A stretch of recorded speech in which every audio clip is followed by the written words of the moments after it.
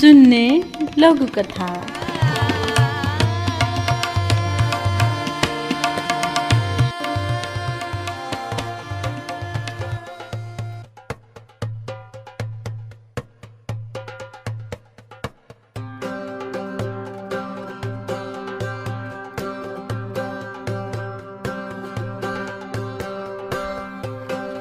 नमस्ते। कार्यक्रम शून्य लघुकथाको 23औं अङ्कमा तपाईंलाई स्वागत छ।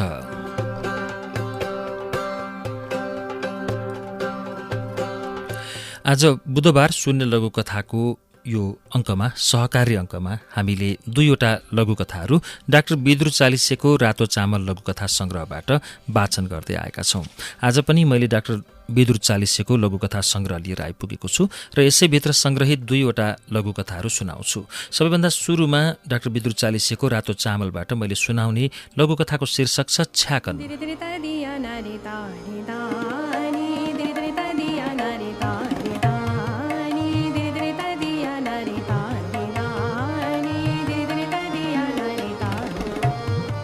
कुरा मिल्यो छैन, क्यास च्याट हानेछ नि त्यसले। भडुवा रहेछ त्यो त, कतिमा मिलाएछ त्यसले? निकै महँगो मिलाएछ। हामी पनि उस्तै सस्तो सस्तो खोजेर हिँड्छौँ, चिप्लिन्छौँ। बिना लगानी त्यस्तै त हो नि। साथीहरू ड्याम ड्याम लगानी गर्छन्, जोखिम मोल्छन् अनि फाइदा पनि लिन्छन्। सार्वजनिक चिया पसलको एउटा कुनामा 2-3 जना ठिटाहरू जीवनमा पैसा कमाउने उपायको खोजीमा बातचित गर्दै थिए। अर्को कुनामा अर्का प्रकारका ठिटाहरू व्याकुल देखिन्थे। बर्ड फ्लूले ब्रोइलर जति चट, यसपालि सबको भसक्कै गयो भाइ। उधारको काम दैव नथाम भयो नि। अब अर्को लटमा घाटा उतार्ने, नाफा कमाउने। सबैको ब्रोइलर चट भएपछि गाउँको पोल्ट्री उद्योग धराशायी थिए। उद्योगीहरू निराश हुन्थे। चिया गफ सकिएका गाउँका ठिटाहरूको व्यवसाय यस्तै थियो। लगानी गर्न नसक्ने, लगानी गर्यो ढङ्ग नपुग्ने, सोच र स्वभाव फरक फरक थिए। ओ भाइ, छ्याकन कति आयो? एउटा अद्वैंसे दलाली गरिरहेका ठिटाहरूलाई अद्वैंसेले सोधे।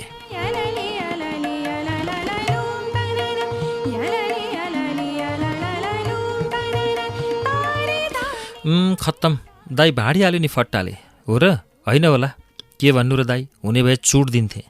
पुरानो छ्याकन होला नि। लौ लौ, चियाको पैसा तिर्नु है, म त बेर भयो घर लागे।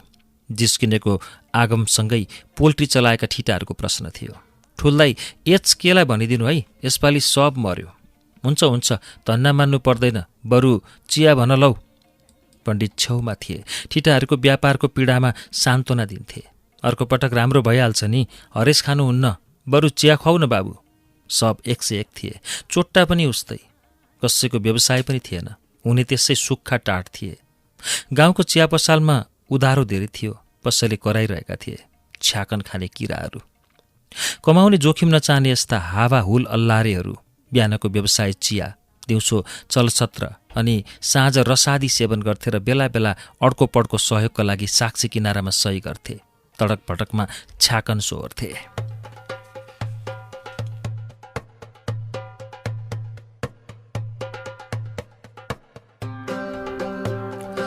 छ्याकन शीर्षकको यो लघुकथा डाक्टर विदुर चालिसेको लघुकथा हो। यसलाई मैले उहाँको पुस्तक रातो चामलबाट वाचन गरेँ।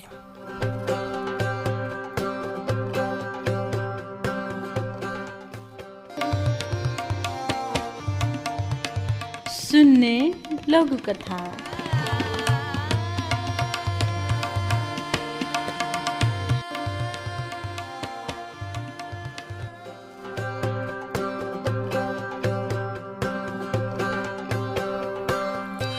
शून्य लघुकथाको अर्को चरणमा तपाईँलाई फेरि स्वागत छ।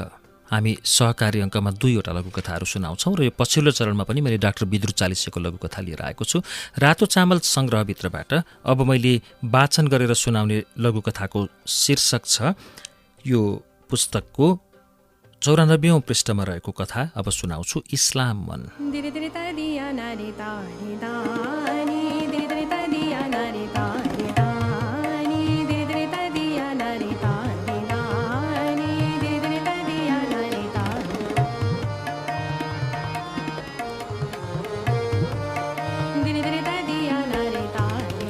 एरोबिक फाइटर जहाजको आक्रमणबारे बाहिर छापाहरूमा समाचार व्याप्त थिए।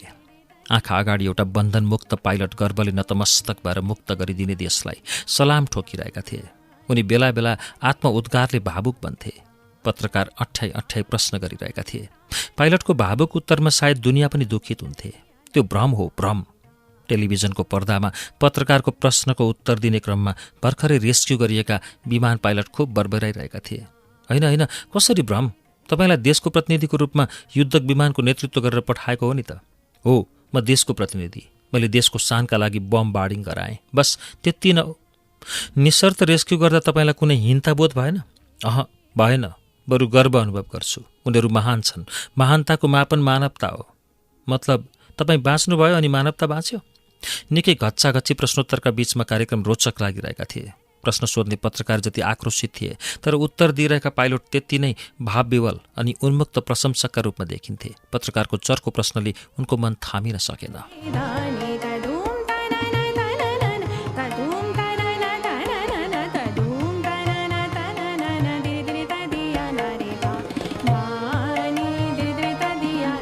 नो, हाम्रो बमबार्डिङले मानवता यसरी मर्यो जसरी उनीहरूले बचाए।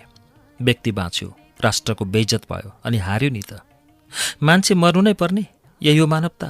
यो सब भ्रम, सब थिङ्क ट्याङ्कहरूको भ्रमित सोच। अन्त्यमा मानवताबारे तपाईँको कुनै भनाइ? इस्लाम मन। अरे, तपाईँ त हिन्दू हो पत्रकारज्यू, तपाईँ इसाई हुनुहुन्छ होला? पत्रकार चुपचाप लागे। युद्धबन्दीका पाइलटको मानवता र पत्रकारको मानवता खास भिन्नता देखिन्थ्यो। त्योभन्दा बढी इस्लाम मन मानवताको परिभाषा र व्याख्या गर्दै उच्च स्तरमा युद्धविरामका लागि बिना कारण बन्धकहरूको रेस्क्यु गर्नमा व्यस्त थिए। क्रूरताबारे कुनै प्रश्न छ कि? अन्त्यमा पाइलट पत्रकारलाई उल्टो प्रश्न सोधिरहेथे। पत्रकार चुपचाप रहन्थे।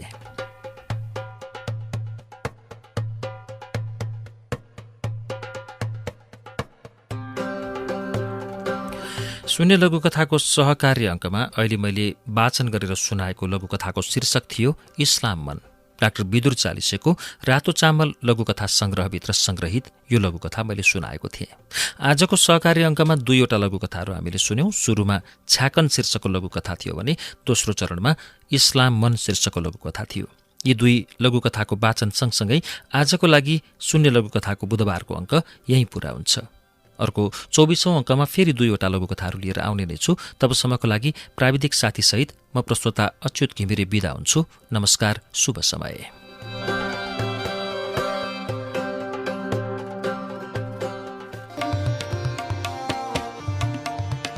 शून्य लघुकथा।